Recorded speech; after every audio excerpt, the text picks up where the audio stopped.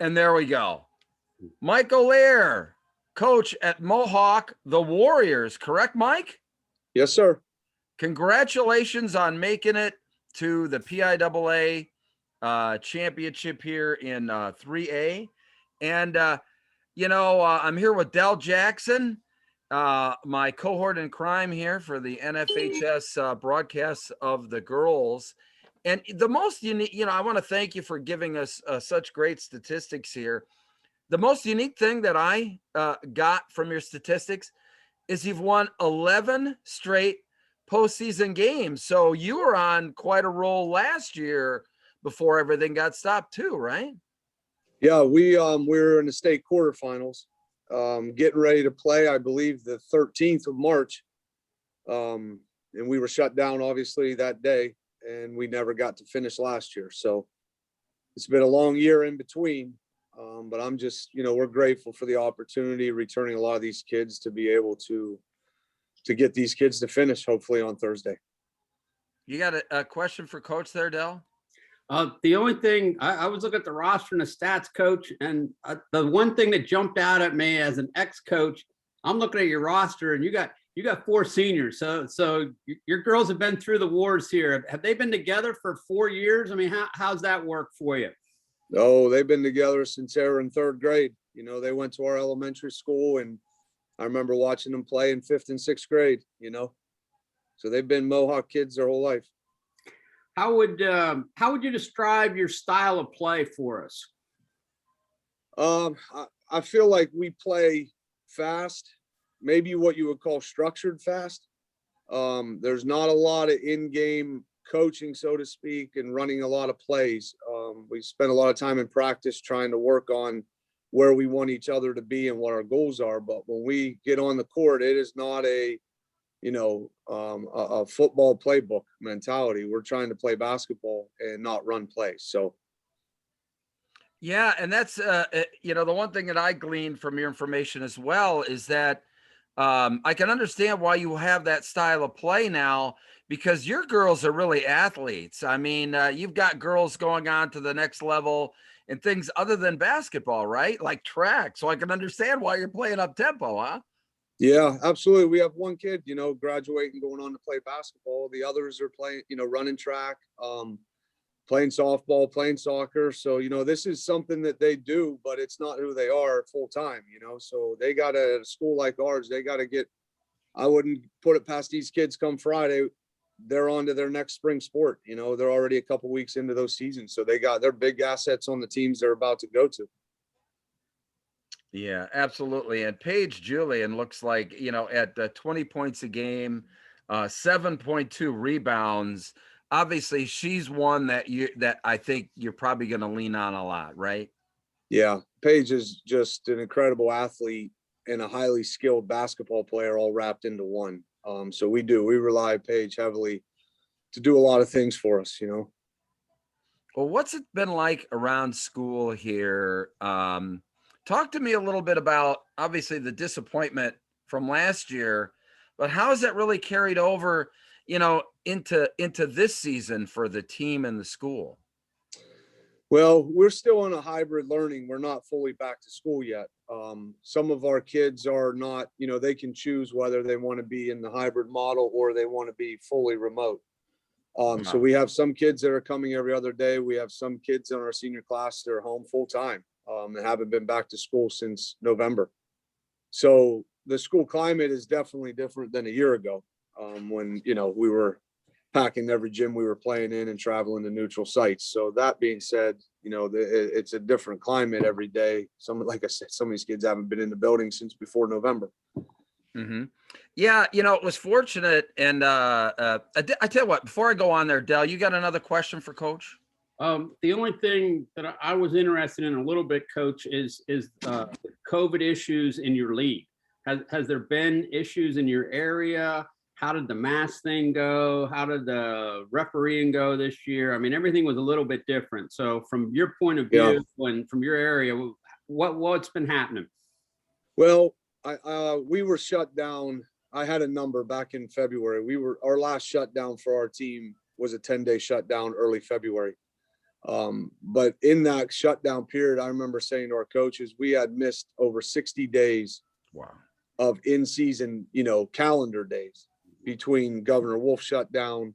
We were shut down twice November, in that early November stage, and then again in February. So, it's hard. It's that January 3rd before he released that we were coming back. These kids and myself, we didn't even know if we were going to get to play. We hurried up and played 2 games in the first night of the season. When he shut that down in December, we played a doubleheader because I felt terrible for these seniors. And we said, you know what, we're going to play 2 that night. Luckily we did, because we didn't get to finish all of our games.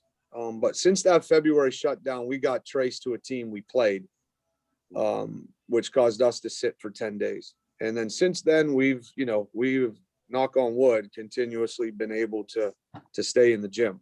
Yeah, and you still got 23 games in. I mean, that's pretty amazing considering you had some shutdowns. So your AD and your scheduling must have been really good and tight in your league as well. Yeah, there was days, in that morning we were trying to find games that night. So as far as always trying to figure out, spending days on scouting opponents during the regular season was not as easy because we didn't know that morning who we were playing that night. Wow. So our system kind of blends to that anyway, so the way we play, we're trying to, we think that we can just play that day and maybe that system isn't going to matter so much as far as scouting every single opponent. But it's been nice in the playoffs to know who you're going to play and it not change. Yeah, and speaking your opponents in the playoffs, I was fortunate enough to really have a ringside seat for the for West Catholic in District 12. They're a very athletic team, just as you are. I mean, how are you gonna, obviously try and impose your will on them, or you have any, opportunity to really scout them at all? I know it's only been, a little bit here since you won. Yeah. I have some great assistants and they've been working on that for me throughout the day today. Again, we got to get up and teach and go back to school the next day and have a practice. So there's very limited time until after today's practice to get moving. So I had some of my assistants take a look at them. I know tonight we're going to get there and really start looking at it. But for a program that where we are, you almost got to let the kids enjoy the next day sometimes and not take it from them because they've lost so much. So, our practice today was, it was a little bit light. You just want them to enjoy this because again, you got seniors that in 2 days are never going to play again and they know it, but yet you don't want to take all the fun off of it either. This is the first time in our school history to make it there. Our boys team was there in 1970. So we're not, perennial contenders at state championship games. This drive out tomorrow will be the first time we've done it, and we're not going to let the moments pass by on the way. Yeah, that's an interesting, going to be interesting question for us moving forward, Dell, as we talk to some of these teams, or the travel arrangements that you're making now. You play at 5:00 on Thursday. Gosh, I mean, that's going to be very interesting to ask some of these teams, are they driving out the night before? Are they, going to go out that particular day? So you are driving out the same day of the game then? No, we're actually going to leave tomorrow. Okay. I have some good friends of mine that have had some experience out there. And I, texted some of those guys last night that have made it out there, coming from our side of the state, and kind of bounced ideas off them to see what they thought. And being at 5:00 game, we decided we were going to practice here tomorrow morning. The school has some activities for the kids to send them off. We're going to leave around 12:00 and head out. It's almost impossible to get gym time out there like you used to because of COVID. Right. So we're going to have a practice in the morning. We're going to enjoy tomorrow. We're going to ride out in the afternoon, get out there, check in the hotels, go out to dinner, do some film probably at the hotel. It will be a long day Thursday, probably waiting for that 5:00 game. But, again, you get one chance to do it. We're going to go out and enjoy it while we're out there. We're not just going to go out, play the game and come home, Yeah. Wow. That's fantastic. That's fantastic. Well, Mike, look, thank you very much for your time. Dell and I look forward to saying hello to you out on the gym floor there. For me, that's always a very special moment to to see the teams out on the floor, for what it means. You can just see it in people's eyes, all the goals that have been set for a program for not just a season, but for years of work, as you talked about, with those kids playing together since their third grade. And, here they are. Wow, they're going to be playing out on the Giant Center for a state championship. That must be tremendous. Yeah, I know. Just seeing their eyes today in practice, you can tell it's a different feeling. I don't think 90% of them know what where we're going, could get you to that place, have any idea where the Giant Center is or what it is, but they've heard about Hershey their whole life. Some of them have been out there in other sports, so we do have some kids that have been there just as recently in the fall with cross country championships. Okay. And so we have a little bit experience that way. We got a lot of kids that, they couldn't point to it on a map. So it'll be awesome for those kids to get out there, all of us to experience it together, but not lose focus of the main goal, and that's to win. Well, it sure sounds like it's going to be a great game. Listen, I want to thank you very much for your time today. Dell and I will see you in Hershey on Thursday. Boy, how does that sound?